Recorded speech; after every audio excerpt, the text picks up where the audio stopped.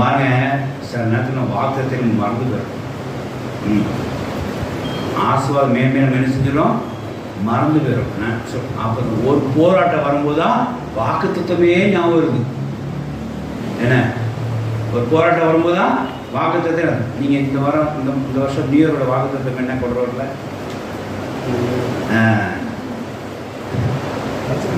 Diary போடுறாரு.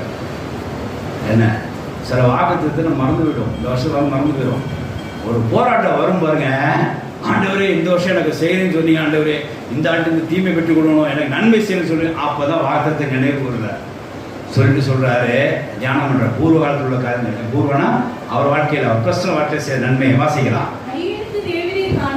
அடியேனுக்கு தேவரை காண்பி. இந்த வார்த்தை இங்கிலீஷ் எப்படி வந்துருமா? The kindness that you have shown to me.